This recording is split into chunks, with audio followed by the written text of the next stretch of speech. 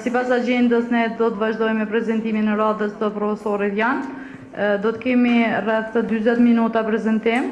Do të fillojmë me një video që profesori do të sjellë fakte dhe argumente shkencore për rëndësinë e investimit në moshën e hershme dhe pastaj do të kemi mundësinë të dy prezantimet që do t'i dëgjojmë nga profesor janë të bëjmë pyetje dhe komente, të bashkëbisedojmë me profesorin për të gjitha ato që i kemi ndigjuar dhe për gjitha ato që neve na interesojnë se si të veprojmë në vitet e ardhshme për zhvilluar edukimin e hershëm në Kosovë. Fjala për ju, profesor.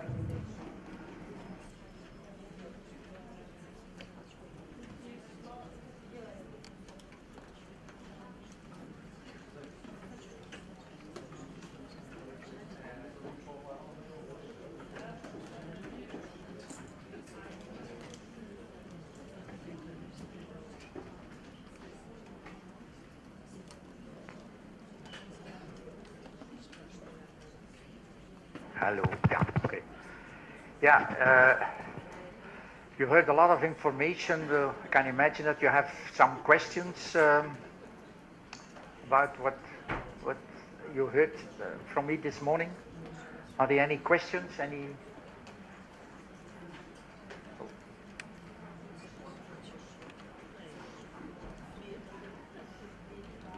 Yeah. Microphone.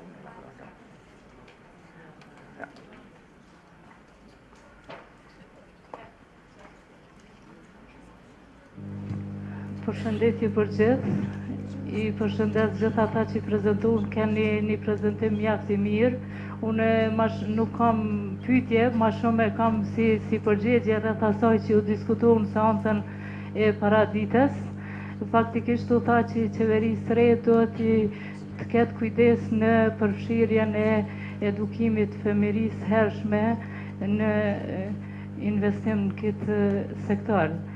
Dua t'ju them se qeveria që 3 vite e kanë programin qeveritar, edukimin e fëmijërisë së hershëm, e kanë kornizën afatmesme shpenzimeve, gjithashtu edhe në ligj buxhetit jemi prej vitit vetë duke investuar në këtë sektor.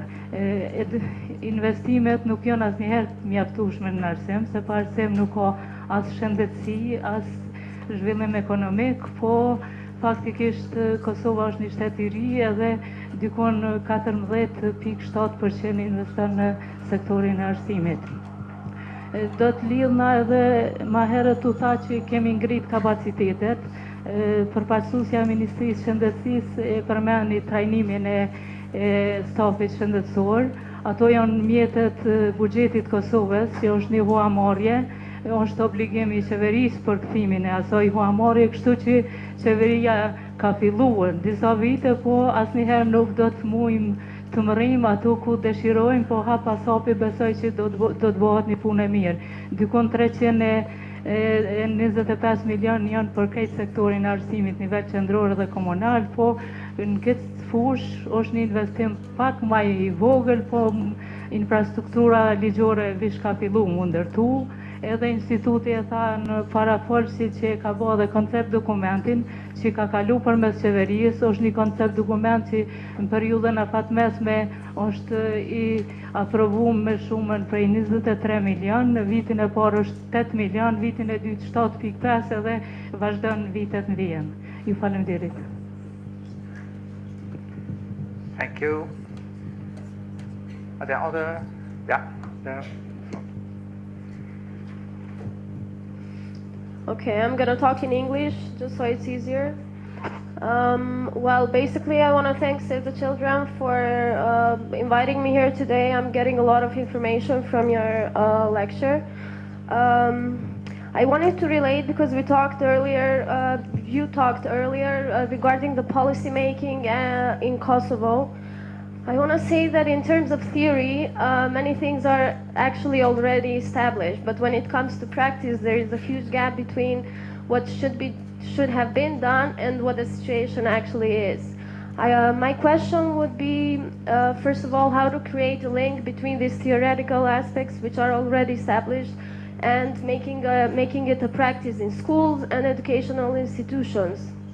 Is there any research already done in this field, or is there any system that was found already to be successful? Yeah. Wait. Yeah. Yeah, that are a bit the conditions that we need on the different levels, on the policy level, provision level, and also on the parental level. And on the policy level, of course, you need public funding. So it's impossible to make a good early childhood system without funding from the government. So there are no examples in the world. The only private early childhood centers, they're asking a lot of money to the parents, so then you are working only for the very rich parents. But there are no, I don't know any example where a system for all the children is not publicly funded. So there are countries where you have the private ones and then the public ones. I don't like it very much, because then you have then all the poor children are sitting in the public and the rich children are sitting in the private, and that's not good. For instance, if they talk another language and you put them all together, for instance, if you put all Roma children together in class, they don't learn the language of the country. So it's very important. And then also important, I think, is integration care and education. That's also something that have to come from the government level. For instance, in my own country, we have a high enrollment, but the first year there is not enough care, and it's too much focused on education, and then a lot of parents are a bit anxious about it, because their child doesn't feel very well because of lack of care. It's important. And then regulations.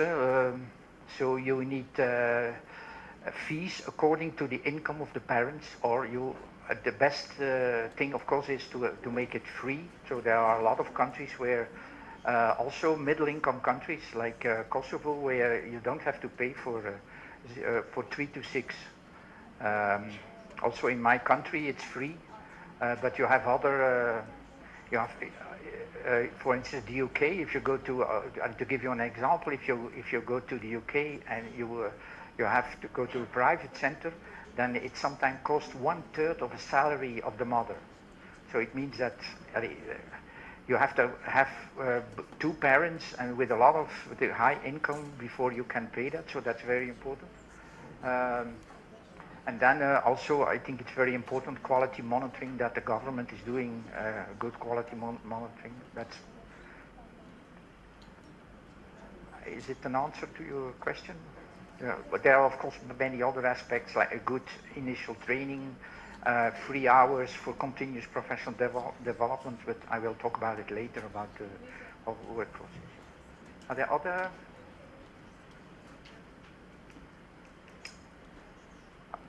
Are there other questions, or?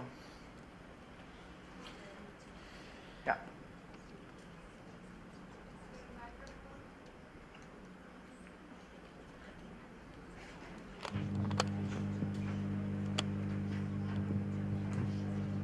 Thank you very much. Okay, I'm Erika Massina from Switzerland. Long time working as a preschool teacher and trainer in Kosovo. So I have experience in Switzerland and in Kosovo. Some question I have for your interesting speech. You speak still from school readiness, and in our countries, also here, I train them always to say, children, we don't prepare them for school, we prepare them for their life. From the first day when they grow up, they start to learn. All children want to learn, all children want to go to school. And for me, still, I was a little confused. I was also expert for school readiness tests. But this is 15 years ago. I had the tests from Dr. Bauer, and then we tested the children. And now we do it more fluently. I mean, also through the researches, we know all children go to school they want. Some are, of course, they are a little bit behind. Then we observe, is it possible? But school readiness, this word doesn't exist anymore in my body. So can you give me the answer why you are still speaking from school readiness? Which school? Is it life school?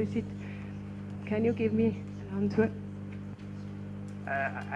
I have some slides later on on school readiness, but I'm very pleased with your remark, because that's policymakers, they emphasize a lot on school readiness. Educators, they say no, we have to, the child is in the focus and it's more about the child. But I say that school readiness is, but I will talk about it later, that school readiness is something which is seen as the responsibility of the child or of the parent. In reality, the school must be ready to, for the children. But I must also say that I'm also very positive, always very positive about the system in northern Italy, for instance, where you have 0 to 6, and all Scandinavian countries.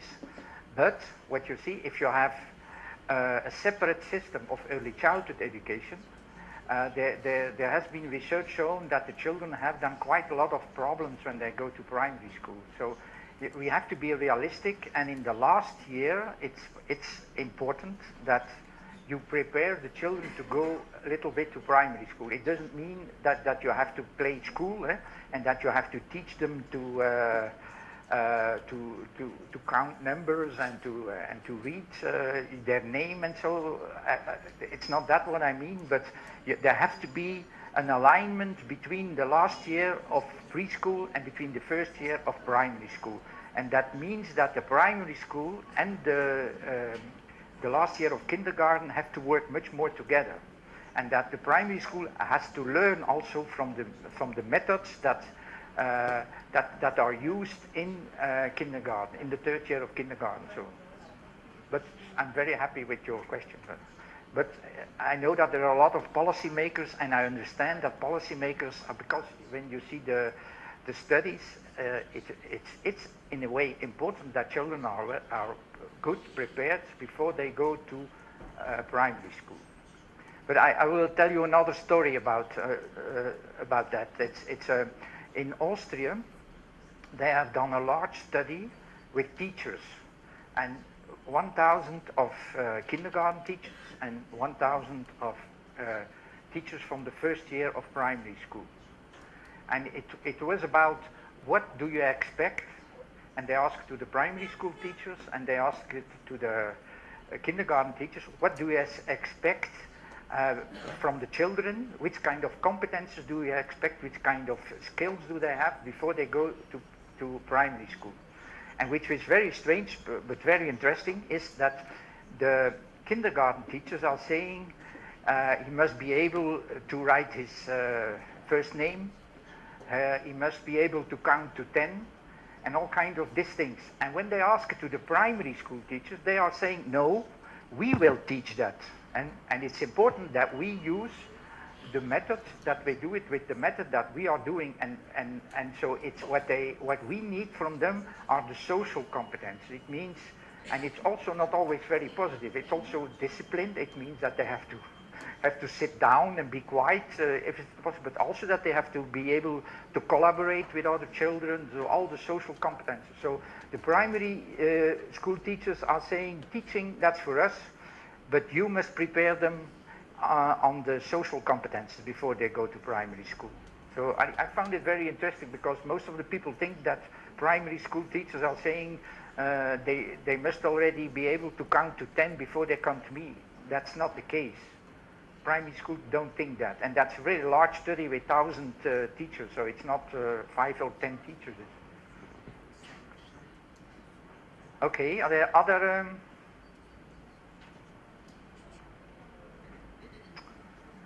Okay, then we, I have now, I said that I've always been interested in the collaboration between policymakers and researchers and people from practice. And from 2013 until last year, 2017, sorry, we got the opportunity by money from a lot of foundations to bring together policymakers and researchers and people from the early childhood sector, and to discuss about the question, why is early childhood investment in early childhood education so important? It was not a conference, it was only for 70 persons maximum. They were short presentations, and then there was a lot of discussions, and always the discussions were always between the researchers and between the policymakers and the people from practice. I must say that it's one of the things that I did in my career where I learned the most, because sometimes we think that policymakers, that they are not so interested in early childhood education, but that's not true. We got a lot of policymakers. We got, for instance, the deputy mayor of New York was, because it was also with the United States. Oh.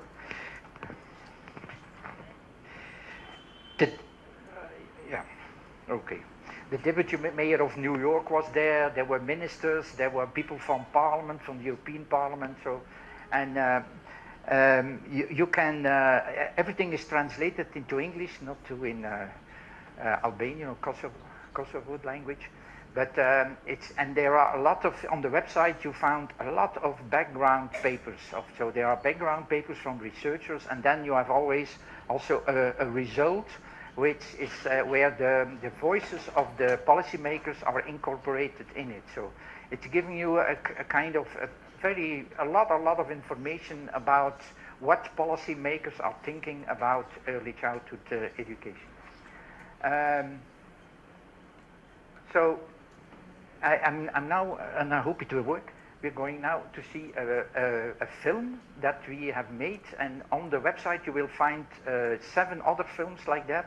But I've chosen the one on accessibility because it focused really on why we have to invest in early childhood education. You also see that there is the woman who worked, who was the advisor for President Obama in the United States. She is speaking. There is a former Minister of Education of Belgium who is speaking. You have also local politicians who are speaking. And you have Ted Melwish, who is the researcher who was involved in the EPI study I talked about, the British study. I think it's giving a good idea of why investing in early childhood education is important from different perspectives. And now we are going to the film. Is there? Oh, yeah. Right, yeah. Yeah, well, they have time to get, yeah. Can put the light a bit off.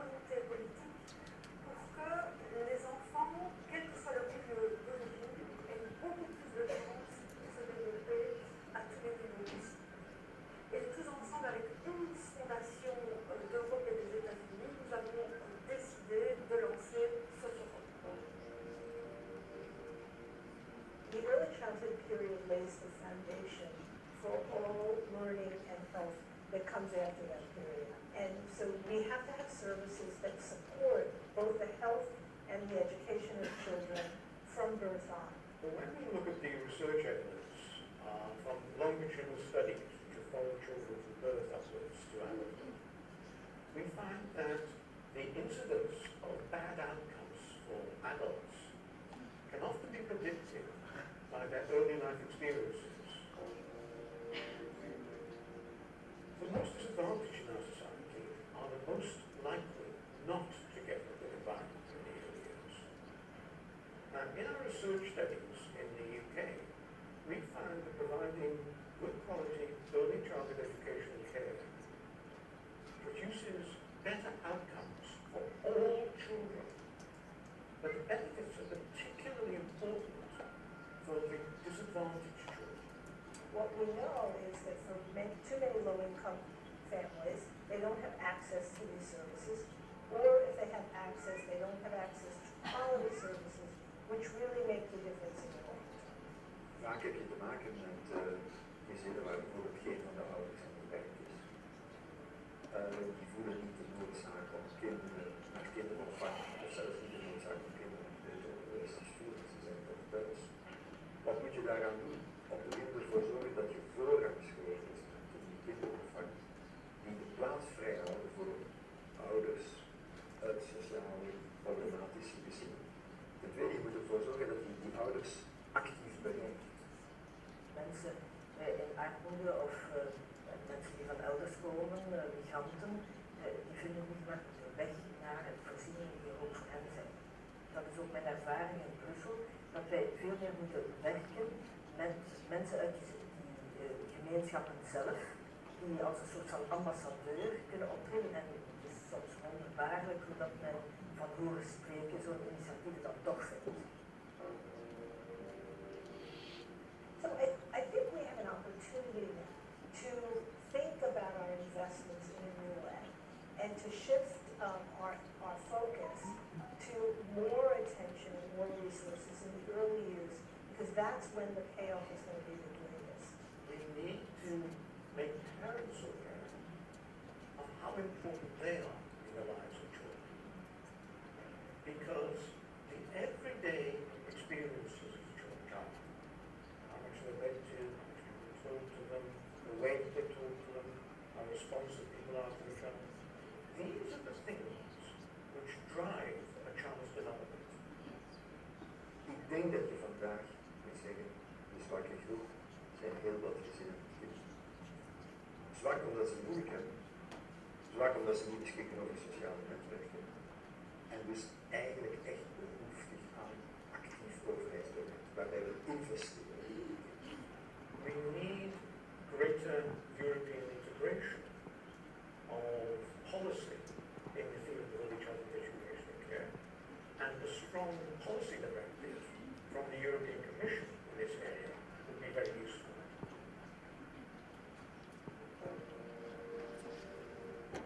Ce qui est très important, c'est les services universels offerts ici en Belgique, notamment dans nos consultations d'éducation. Nous sommes très proches de nos populations au niveau local. Nous leur offrons des services de médecine préventive, mais également du support à la parentalité par le biais de visites à domicile.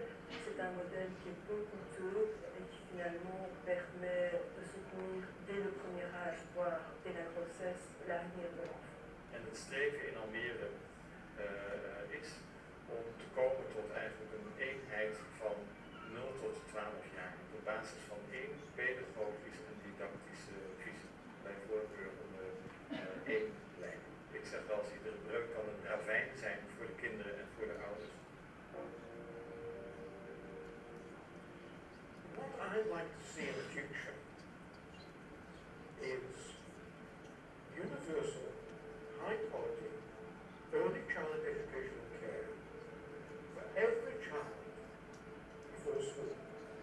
Pour le futur, je souhaite réellement conscientiser le monde politique à l'importance du secteur de la petite enfance. Et mon rêve est vraiment que l'on puisse mettre l'accent sur la prévention. Wij moeten een samenleving zijn, een welvaartsstaat, investeren per kind. Dus mijn wens, mijn droom is dat een samenleving zou zijn die daarvan compenseert, consistent en echt prioriteit. La Fondation Baudouin a pris l'initiative d'organiser cette conférence transatlantique.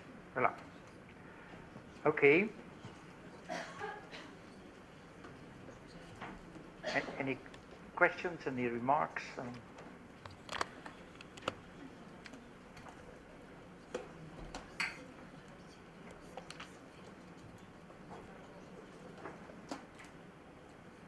Yeah? What was it? Is there someone? No. She's taking a picture. Okay.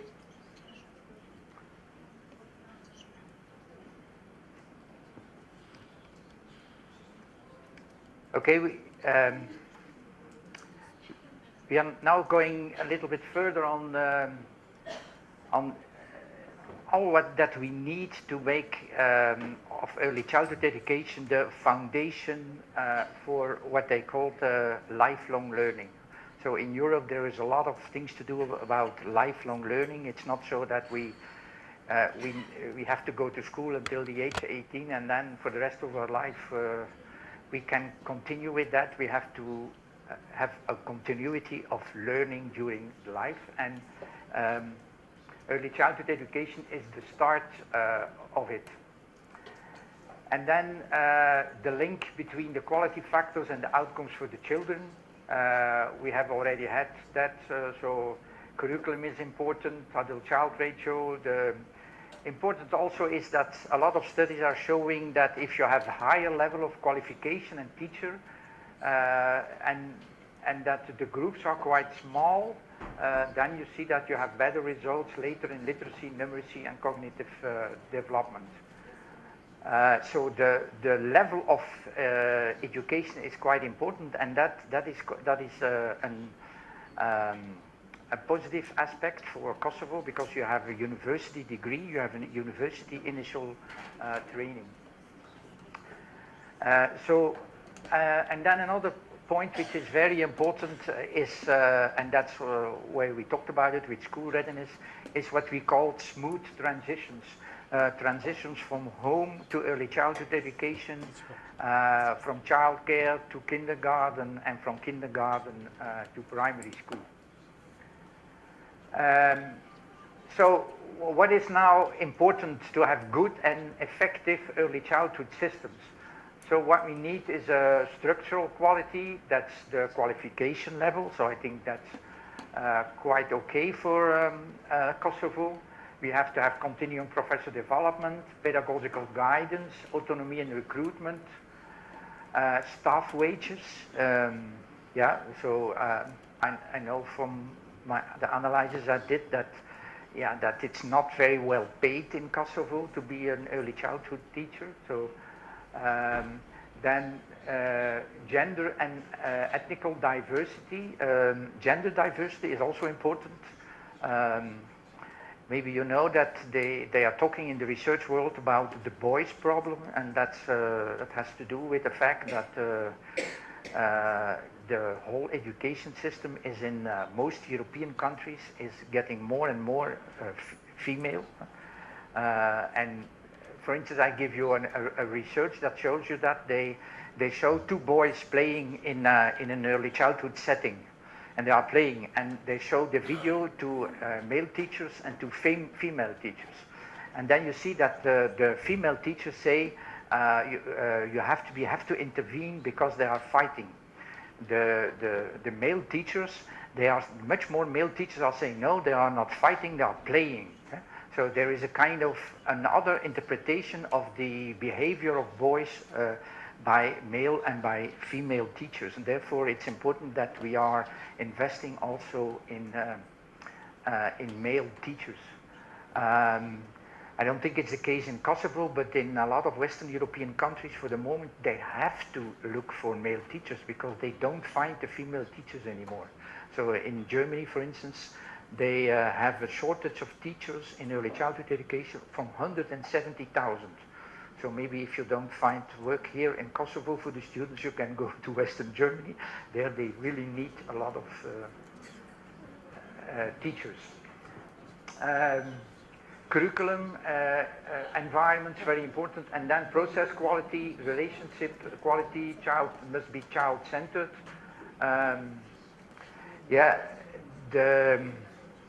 My experience in a lot of the Balkan countries I worked in is that most countries, and I remember it also from the schools I visited in Kosovo, are still very teacher-centered. So it means the teacher is saying what the children have to do. I think we have to involve other methods that are much more where the teacher is not saying what the children have to do, but are where the children are the actors of their own learning process. I think it's very important to invest in that. Parental engagement, yeah, also another thing that according to my experiences here in Kosovo, that was not so strong is the engagement of the parents. Parents are often seen in the Balkan countries as difficult, as making problems. There is sometimes but okay, you find it in my own country also. Once a teacher said to me, I like children, but it's a pity that they have parents. So sometimes teachers, they like to work with children, but not with parents. But I think that it's so, from research we know that if you don't work with the parents, the positive effects of early childhood education are much less than when you work with the parents. Then access quality, we already have talked about it this morning, and then governance quality, leadership, assessment and evaluation, unitary systems and autonomy of centers. Yeah, so unitary systems is also important. It's very important that on the government level, that early childhood education is the responsible of one department. That it's not divided between many different departments. In some countries, it's still the case that it's really, it's very difficult to know who is responsible for what. Okay, so structural quality. So normally we speak about in Europe about 50% of the teachers with a bachelor minimum, but here in Kosovo it's more, so that's okay. Then effective workforce preparation, equal and reciprocal relation between theory and practice. So one of the challenges that the universities are taking care of the initial training is the fact that in a lot of countries where universities are doing the training, there is really the initial training is much too theoretical. And you have also the fact that a professor, so I'm working myself at the university, the professor is saying that's my specialism, and I'm specialized in that, and that the teachers are teaching what they know the best, and that it's not always linked to practice. I had some interviews in Kosovo here with students, and it was very interesting. So the students at that time, it's 3 years ago, complained about the fact that what they learned at the university was very interesting, but it was very difficult to implement it into practice. And then they're coming to practice, and then they're seeing, let's say, they do their internship, and then they have to adapt the practice of the teacher. But so you reproduce all the time a mediocre quality, you know, so you have to have another, the initial training have to be more inventive, and very important is what the woman from the European Commission also said, it's about reflection on practice. If there is one thing that you have to do in the initial training, in the continuous professional training, is reflecting on practice. And you have the circle, you reflect on practice, you discuss with your colleagues or with the other students how you can change the practice, you change it, you try it out, and you go again to evaluate what was the effect of the change. And that's really the most important competence that you need to train in the initial training. The time that we think that if you, from the top-down approach, that the government or the Department of Education is saying that's in the curriculum, you have to do that, that's over, that doesn't work. So a top-down approach is not working. You have to make the teachers the actors of change, of the change process in which they are. It's very important. Then building leadership capacity. I had the opportunity to visit all over the world during my career, a lot of centers. I've sometimes, in the most terrible circumstances, I met great people, but I never met an early childhood center of high quality without an inspiring leader. So it's impossible to have high quality if you don't have good leaders. So you have to invest in leadership, very important. And then also invest in a competent system. So the competence, being competent is not only the responsibility of the teacher and of the director, but we must have on all levels of the early childhood system, we must invest in capacity training. And that's very important. So rethink professional development. What we know from recent research is, so we did together with the University of London and a training center in Vilnius, a research center in Vilnius, we did a systematic review on the impact in early childhood education of continuous professional development. And we started with 20,000 studies, and then we selected them, and we got 70 studies of high quality. And what is now clear, that in continuous professional development, what's working the best is coaching in practice. And so following trainings or going to conference like you do now today, when you go tomorrow back to your work, right, for the teachers among you, you're not going to implement what you learned here today in practice. It's, you need to have a coach in the institution who is saying, okay, what did you learn? What can we do about it? So again, that reflection, and then that is working. It doesn't mean that conferences and study days are not important. They are important to enlarge the vision, to get new ideas, but it's important that that you reflect on it in the teams. That's very important. And that's, again, Kosovo has quite a lot of opportunity because you have special teachers who can function in that role of coach. Then increasing job mobility, including low qualified workers in qualifying training. So that's not so important for you, but you see that countries which have a good system, they have also non-qualified workers, but they, like Denmark, but they put them in a system of training. So here is that study that I talk about it, about that systematic review, and intensive CVD programs that are effective. They have an active involvement of practitioners in the transformative process. They are focused on practitioners learning in practice, in dialogue with colleagues and parents. And it's where a mentor or a coach is available during non-contact hours, and it's starting from a coherent pedagogical framework or a curriculum based on scientific evidence, but also contextualized. It means if you have a curriculum, then you have to do other things with that curriculum if you work in a Roma community or if you work in a middle class early childhood center. So that's here, every word here in that slide is that we have worked on during months on it. So it's the result of those 20,000 studies we gathered. And so important is, I think there's a mistake in quality framework.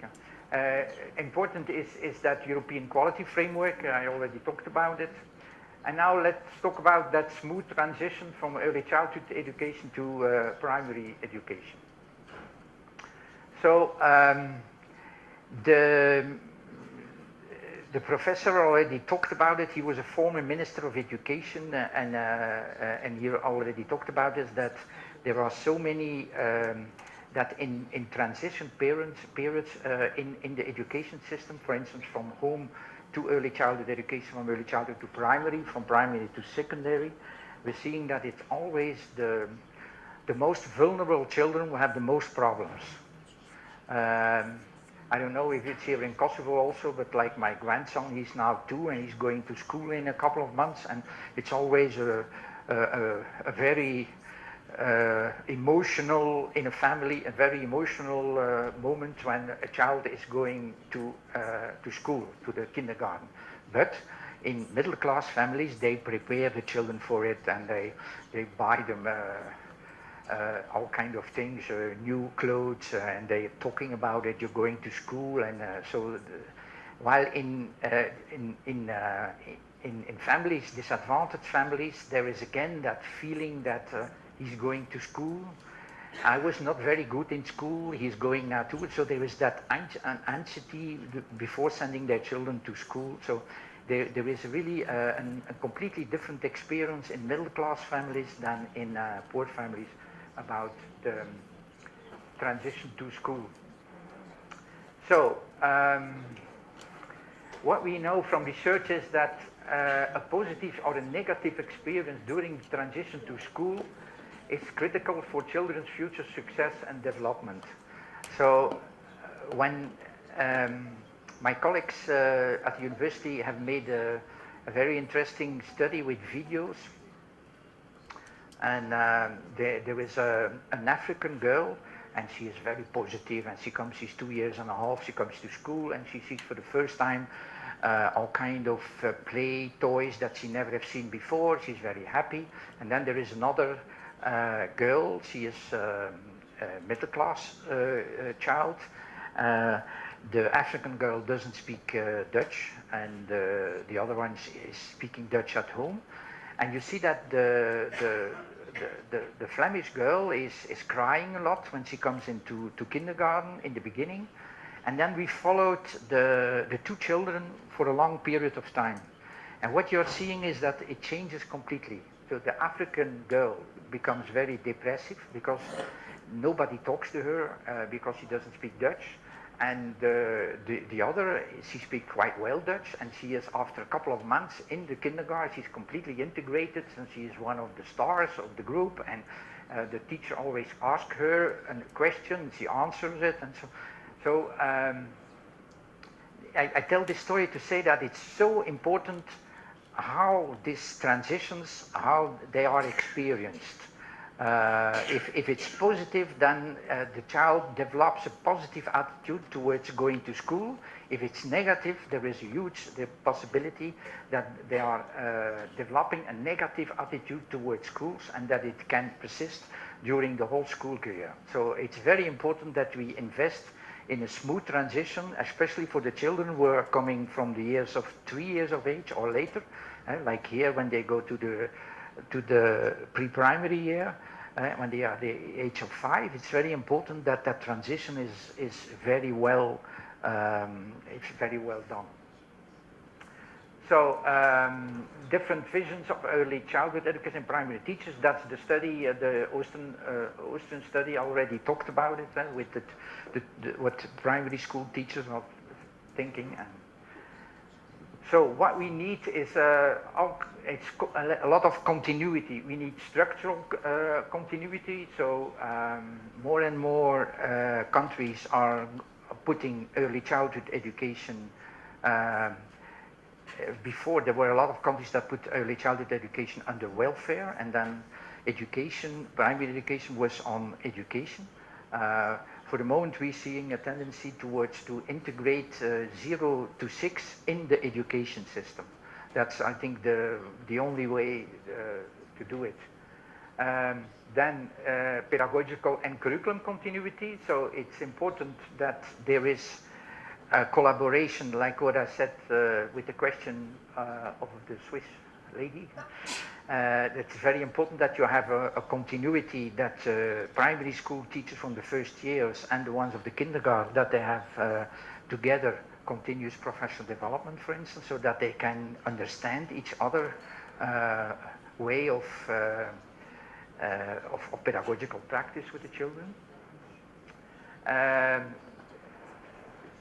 So what we are found in that study of the role of early childhood education in preventing early school leaving, is that we have to start in early childhood education completely play-oriented by the children, and that in the last years it's important, especially for the children from disadvantaged background, to go a little bit in the direction of what the primary school is doing, but only in the last year, so that the children are, in one way or another, that when they go to primary school, that there are some social competences that they have already acquired, working together, conversation with the teacher, all those kind of things. Then professional continuity, the joint training, knowledge sharing is very important between primary school and between early childhood education. And then continuity with home and the community. So I visited in the region here several schools for Romas. There was one in Kosovo I visited and I found it an excellent school, and it was a school where the community, the Roma community, which was very poor, but there was a link between early childhood schools and the Roma community, and I think that's very important, that you work also with the communities. Okay, what are now outcomes of positive transition experience? Children perceive school as an important place, positive attitude to learning, and positive expectation of their abilities to succeed at school. And then neutralizing the negative effect of unequal opportunities at the entrance of compulsory education and promoting pupils' resilience. That's also important, that children would have had a very good early childhood education and a good transition then to primary school, that they are more resilient towards the problems they encounter when they go to primary school. What's the time? Is it? Yeah, lunchtime now. Okay. Okay, so that's here all the things together that I already said. So I think we can stop here and start after lunch with some questions, and then the last part of the presentation. Okay?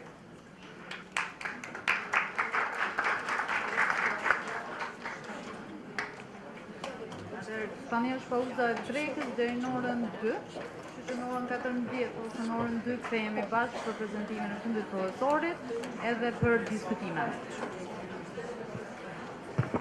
Siç e kemi cekë edhe më herët, pauza e drekës shërbehet një kat më poshtë. Aty ku ishim edhe në pauzën e katërt.